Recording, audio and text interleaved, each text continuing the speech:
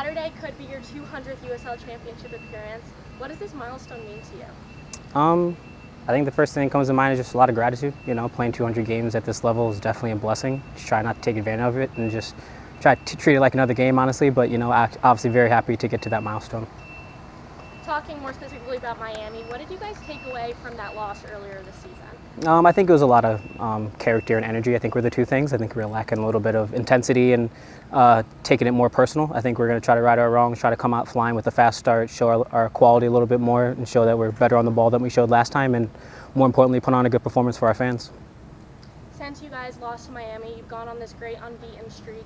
What's been clicking defensively for the team during this unbeaten run? I think, you know, from that Miami game, like I said, the intensity and just taking pride in getting shutouts and playing just as strong defensively as offensively. I think that's kind of been the message ever since then, and we've been taking it in stride and trying to apply it each and every game and try and do the same again on Saturday.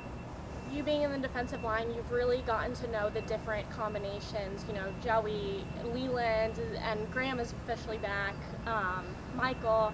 How has that all been working with the different rotations, and how does the chemistry feel on the back line? I think whoever's out there, we all know that the job in hand. I think regardless of the combinations, whether it's me or Graham, me or Leland, me or Joey, or me or Mikey, I think we all know that we got to shift cover and have each other's backs and also try to be as solid as we can. I think regardless who's out there, we all have the same mission and all trying to get a shot out and get 3 points. Miami has some dangerous forwards. Bonfiglio has been in great recent form. How have you guys been preparing to really shut him down and the other strikers? We try not to put too focus on one person and individually. Their whole team is very good and very quality attack. I think as long as we're sharp defensively on transition and really taking our 1v1 battles personally, I think we'll have a good result. Not only just the 200th USL appearance milestone, but you're also closing in on 15,000 career minutes. How special it is to play these kinds of milestone matches at home in front of a crowd that loves you. Yeah, I think we have one of the best fans, if not the best fans in the USL, and not only the fans, but the people in this organization that have helped me get there and really welcomed me since day one when I transferred in here long ago has been really just a blessing. I'm very grateful to do it here, and hopefully we can get 3 points, which is the most important. I know it's been a while since you played for Miami, but I guess when you play against your old team, does it have any special meaning to you? Maybe just a little extra fire in the belly. You know, you want to have those bragging rights of, you know, getting a result on your old team, but, you know, there's no hard feelings or anything like that. Just trying to have a good, clean game, but also take it to them and show them that we're a better team than the last time. All right, Coach, Saturday's game is a chance at redemption after the loss to them earlier this season. What's the team's mindset going into this game?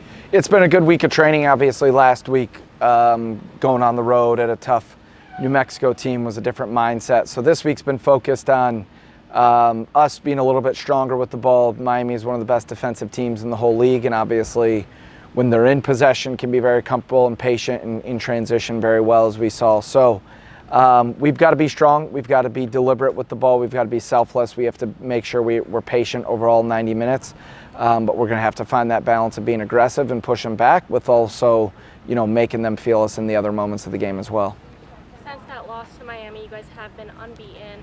You reclaimed the top spot in the East. What has been the biggest driver of your recent form? I mean, look, I think everything this season we've been pretty consistent after the first 2 or 3 games of the year. We've had some losses. We've had some moments that haven't gone our way. For sure, the Miami away game was tough, but we knew it was going to be tough place to play. So, look, it's going to be tough again. They're very well coached. They've got a talented team. They've got a hot striker who can make plays. And like we said, defensively, they're dialed in. So we've just got to be ready to go. We got to make sure that our aggression is as high as possible with finding balance of being disciplined as well.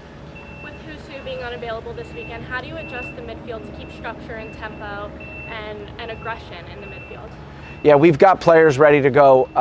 You know, Husu's played as much this season in the back line as he has in midfield. So, you know, when a player goes down, it's always unfortunate, but we view it as actually a positive and an opportunity for the next guy. So we've had guys like Chris Allen coming back from injury. We've had guys like Emilio Acaza and Arturo and Jeremy Kelly play a variety of positions. So we've got guys that are ready to go. We've got guys that are ready to compete. We've got guys that want to win all 3 points. So we'll be ready. They'll be ready, and we just got to make sure that we're the hardest working team on the field.